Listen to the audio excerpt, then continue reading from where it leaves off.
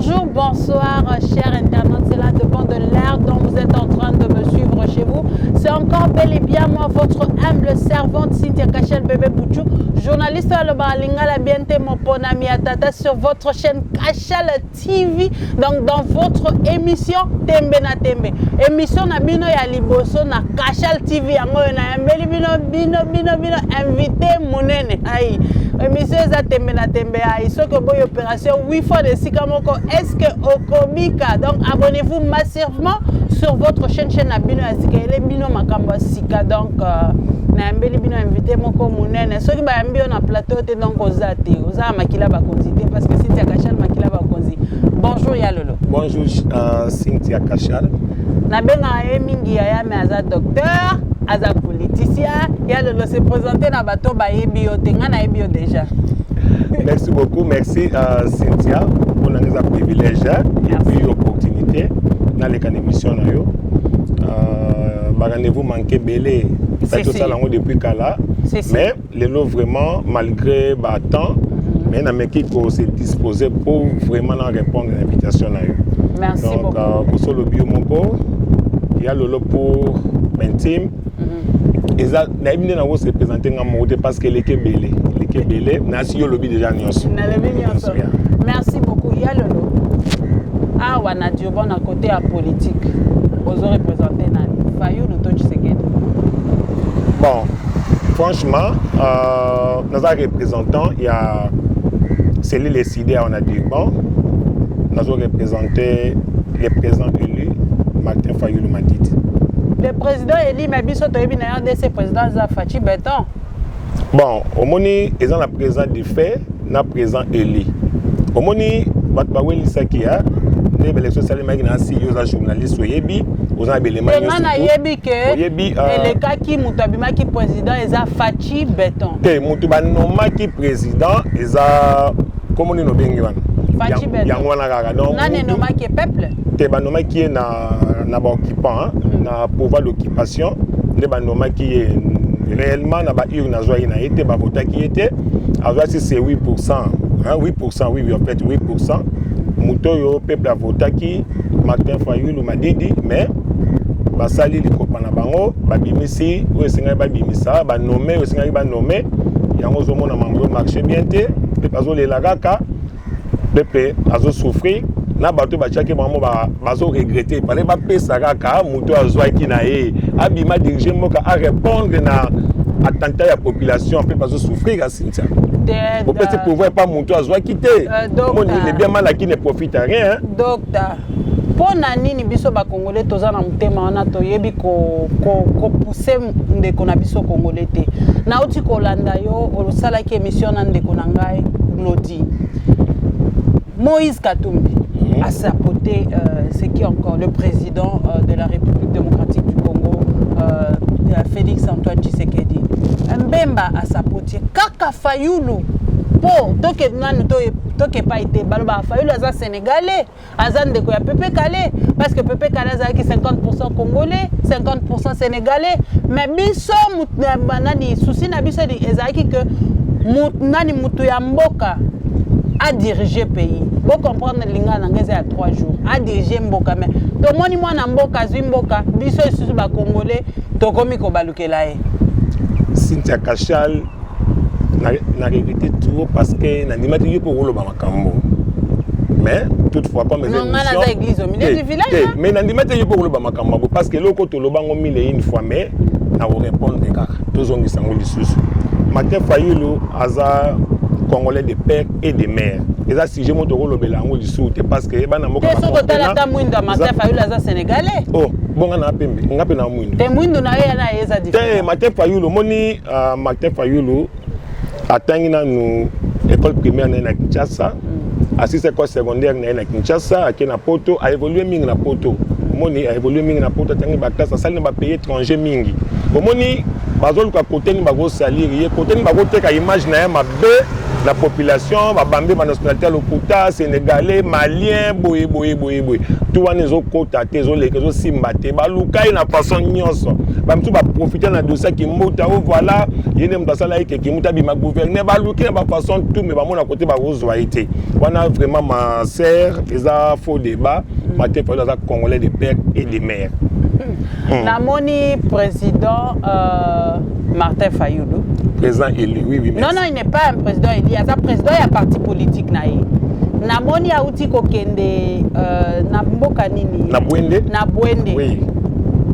Président Martin Fayulu a reporté date pour Batbaya Koyamba. Non, on a sous-informé. Président Martin Fayulu aéroport ezalaki vide. Président Martin Fayulu a maudit ville wana pour Batbaya Koyamba. Cynthia Kachal, aux journalistes aux la fierté na Durban. Je pense qu'il faut s'appeler un élément bien. Martin Fayulu a reporté qu'il voyage suite il y a mauvaise nouvelle où il a eu son parti, tout le monde s'est moutamouné. Non. Na base yo kinga biente. Martin Fayulu a commis sur place. A moni batu baye koyamba ete a reporté date pour moni batute. Batu baye kande koyamba kasi beto. Comment? Parce que l'impression nga sale mais suite à Covid, fara kende Mbandaka Bwende et puis Lisala a reporté le voyage suite à Covid. Parce que mon n'a pas mesure de barrières, jamais beaucoup qui au sang s'applique. Donc beaucoup de personnes placent mon corps. Mon voyage a été reporté. Alors maintenant, deuxièmement, là qui suite il y a décès, il y a honorable Charlotte Massiala, docteur Bungisaye, bon, quand vous voyagez na période douane. Maintenant si ba image dans internet, ba image dans partout, ça vous a locataire, au moni meeting à Bwende, au moni population à Bwende motivée en tout cas.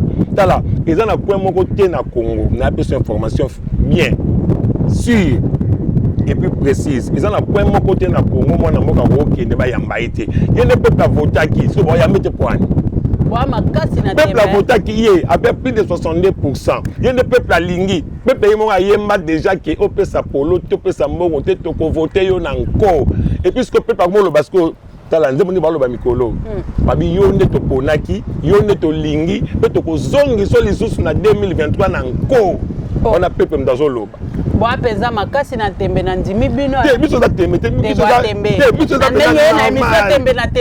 za tembe, te biso za pena bongo donc to pouvoir yango partout mon mboka lekaka bomonaka. Le président Eli au mona na Lisala. Na Kinshasa ko na parlons pas au mona yango nyonso. Docteur Lolo. Donc to baby ça ce qu'on a mouvement ya, donc est-ce qu'on mouvement to ke bakabe ya kamonga partout pour to la kisake nanyo peuple a voté. Olobi eloko moko ya motu ya makasi. Olobi Martin Fayulu a reporté qui date pour bobungisa ki moko ya parti, n'est-ce pas? Pona nini Martin Fayulu a tikala ko reporter date te pona bande ko na biso ba kufara na est. Nancy des questions très pertinentes. Nancy compassion ya président élu na bateau bazo coupa na S et mon na partout à lekaka. Donc akoba na meeting na tala partout où ya lekaka akoba na meeting te sans toute façon à éliminer de silence pona milimo bandeko bazo kufa partout. Et ça na STT qu'on bazo kufa partout te na Kinshasa. Mais na minute wana zo sala meeting mais ya mutu ya parti a poste a pas qui n'est-ce pas. Maman pardon ma sœur Cynthia. Omoni faut tout ça la part des choses. Tout ça la part des choses. Tous les bébés ils en mort. Nan ba kundia ngote. Oh pe ko kufa akuna bibembe kaka. Mais oui. Asenga toujours une minute de silence partout où il y a les capables d'activité nyonso, quel que soit meeting, quel que soit rencontre quelconque. Il a toujours demandé une minute de silence dans la mémoire de Bandeko bazo kufa partout na Congo. Ba kufa na ba guerre d'agression, bazo kufa na nzala, alors que l'hôpital qui s'est até mutakufi, à quel hôpital moi ça go bota sur malongue zate a kufi donc à une minute de silence na ba nyonso bazo kufa na Congo na ba guerre, na nzala, na ba viol, na ba dona ndenge nyonso à toujours une minute de silence pour na rolakisa amour, compassion azanango vis-à-vis na peuple congolais. Merci beaucoup docteur. Avato toke na page mosusu.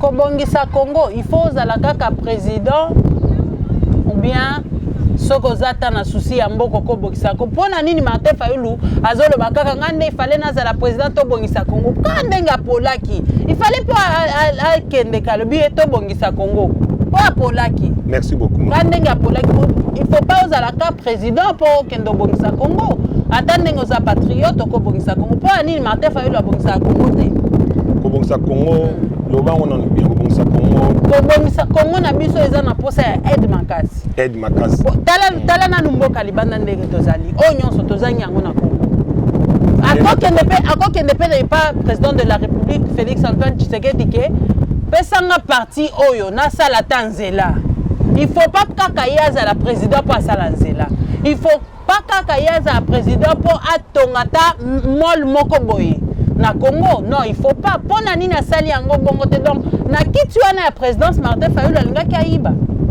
Martin Fayulu d'abord le rôle dans le local souka na yiba parce que c'est incorruptible au tika lo kangai na dossier monga détournement te au kangai na dossier mongo ya vol te au kangai ne lo mo mabeti siko nani o kanga na dossier détournement mais o bozo benga nani o benga nani o benga seki béton zo benga wana c'est un président et d'abord bomoni de pas continuer na pouvoir bomoni ba détournement donc nature ya mutu mondani dans détournement muyibi escroquerie za nature ya mutu zo benga béton nature na yango de pas continuer na pouvoir totangi baka combien ba détournement et belé mille donc to tanga kututé donc to moni biso moko d'abord yemo ona nu aloba yango na face ya mokili mobimba que rétro commission eza COP donc na mboka na so ba benga yango COP donc aye ko favoriser COP na Congo yango batutu bazo yiba na Congo bazo kanga bango te caméra détourné plus de 480 millions le caméra za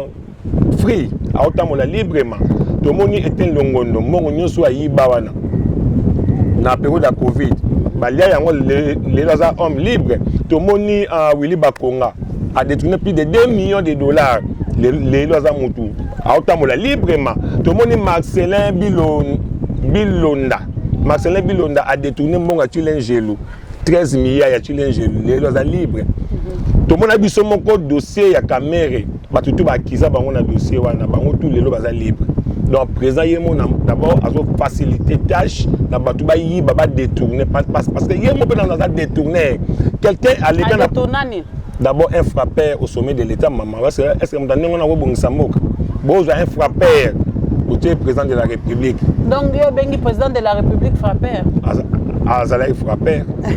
Merci beaucoup, cher alternant Makambo et autres de Somme. Donc, merci à Michael Lebo qui est derrière la caméra.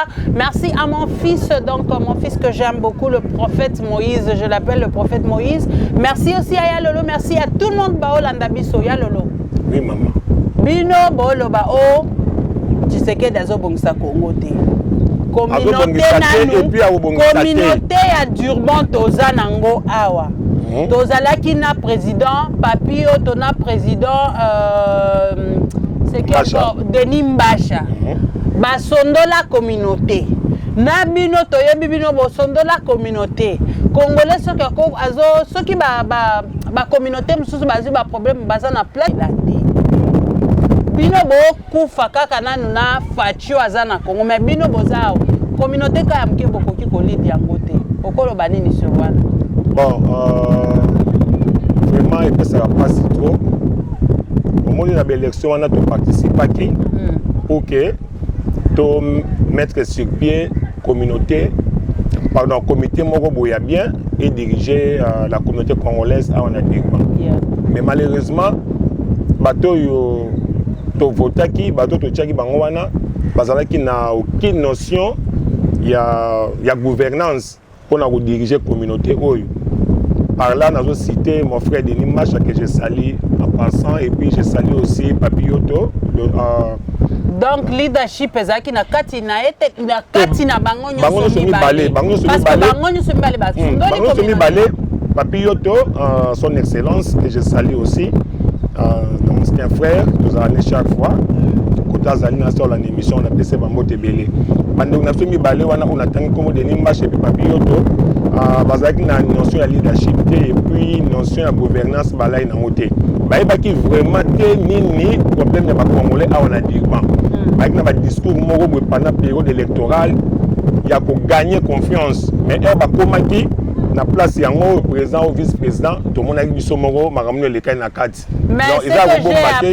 mais ce que j'ai appris de Nimbacha a aidé qui moi quelques congolais pour na kozota ba statut kozota mais yo to ba français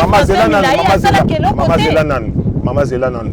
Le Nimbacha ça on m'a fait c'était pas ça va ba statut mais aidé qui m'a nani on a eu d'ailleurs que non c'est pas kangi mudana mkanati ba na prison ya oya intervenir dans mutu ba 5 mois appel yo le bic après ça va statut bomanga bazaki na ba statut mais à travers de Nimbacha kende côté les la bango ba statut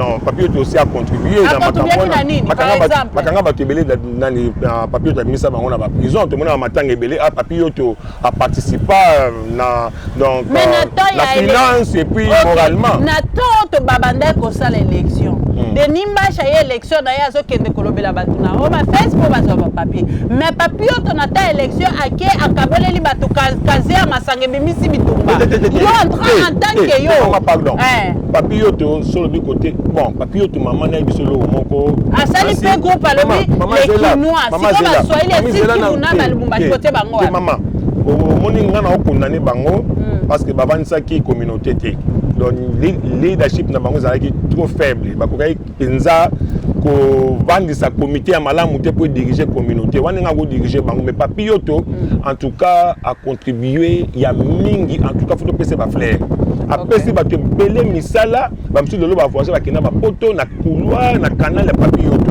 apesa ba te belé misala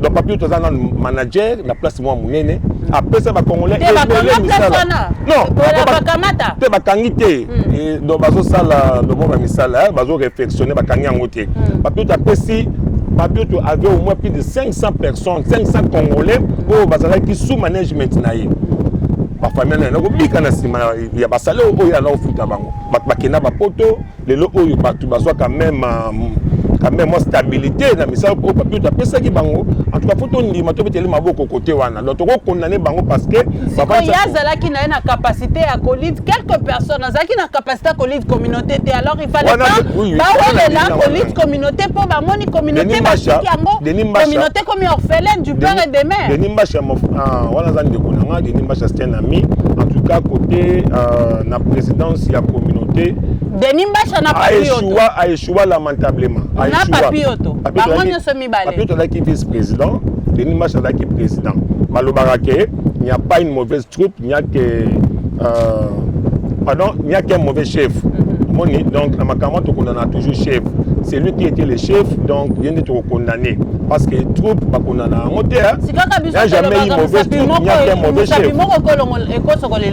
mais il faut mi balé non wana papioto azaki on a ça comme papioto mona kike de Nimbacha ezosi maté il fallait avoir relève parce que azala ki vice-président même mon président eza na kati na mitu na longola bango somi balé na longola bango somi balé yo zo akiti ka ngana zo akiti te yo bien tatuka bishimchu ya dollar te me ka bisera sur communauté na c'est tout monde biso moko la poto monde ba action ka biso tout neto za wanga personnellement nazo soutenir candidature na tatuka bishi azona ekiti comme président de la communauté en tout cas wana aza vraiment na ba soutien na ngai kabishi nenga za wana to luka vice président ya malamu o ba travailler na kabishi ya solo ah oui kabishi to pese communauté parce que na longola de Nimbacha na papioto parce que leadership na ngaki mabe sikoyo tozo kende de pardon tatuka bishi aozwa communauté pour que avant de Samasolo.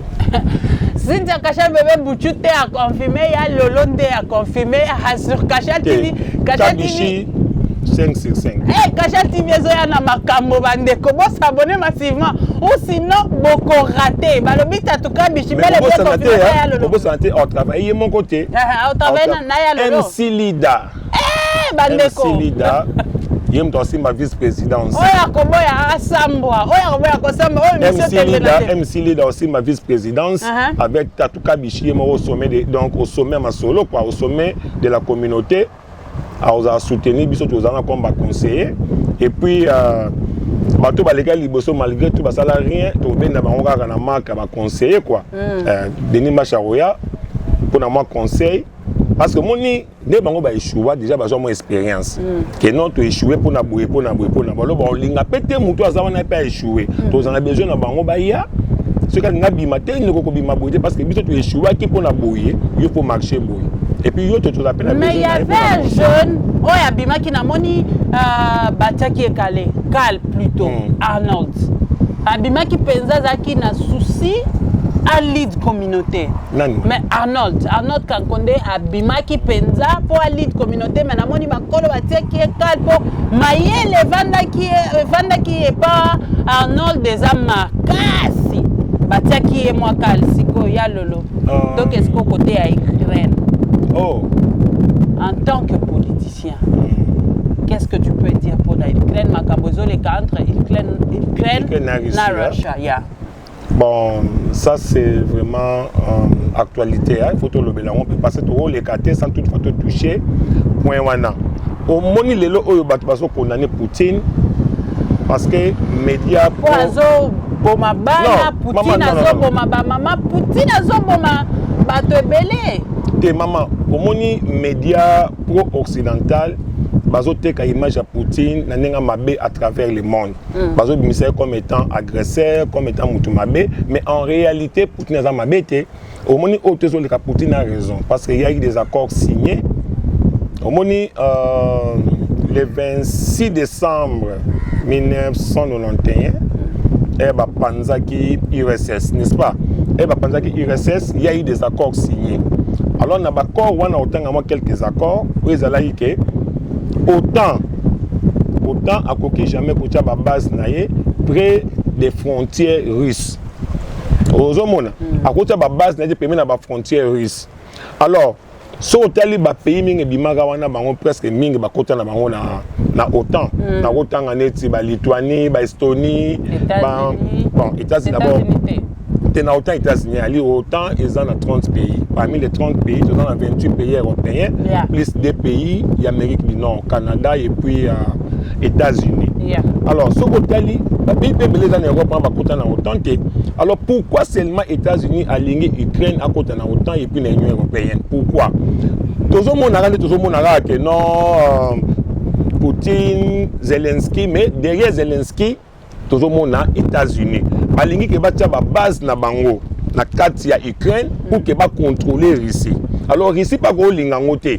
A go linga te ke lelo oyo Ukraine akota na OTAN, Ukraine akota na Union européenne parce que ceux qui esalimine ngona yebango ke États-Unis yene soit roya siko benda ke atia ba base na ye.